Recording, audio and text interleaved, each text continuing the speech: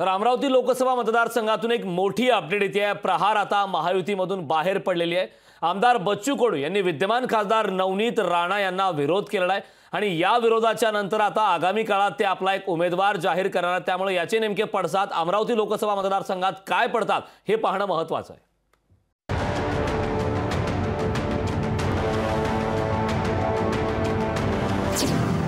अमरावतीत बच्चू कडूंचा बंडाचा झेंडा। महायुतीत नवनीत राणांच्या उमेदवारीला बच्चू कडूंचं आव्हान। राणा विरोधकांची मोट बांधण्याची बच्चू कडूंची तयारी।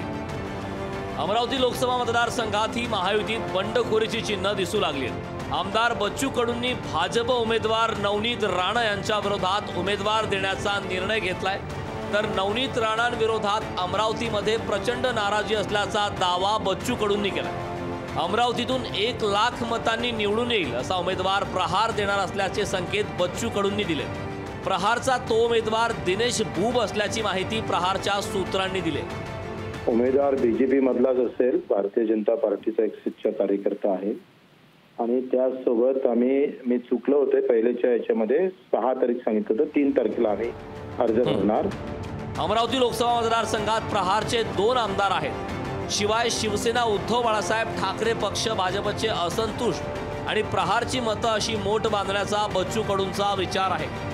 दुसरीकडे गेल्या 5-1 दिवसांपासून शांत बसलेल्या नवनीत राणांनी कमळ चिन्हाचा प्रचार सुरू केलाय। कमळाला मत द्या असं आवाहन त्यांनी मेळघाटातल्या आदिवासींना केलंय।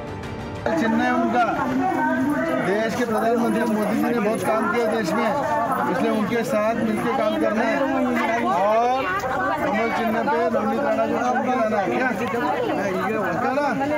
सबसे राम राम, होली की शुभेच्छा। अमरावतीत काँग्रेसचे बळवंत वानखेडे विरुद्ध भाजपचा उमेदवार अशी दुरंगी लढत होणार असे संकेत होते, पण आता प्रहारनं लोकसभा निवडणुकीच्या रिंगणात उडी घेतल्याने अमरावतीचा सामना तिरंगी होण्याची शक्यता आहे। याचसोबत बच्चू कडू महायुतीतून बाहेर पडल्याचंही अधोरेखित होणार आहे। सूरज दहाट, लोकशाही मराठी, अमरावती।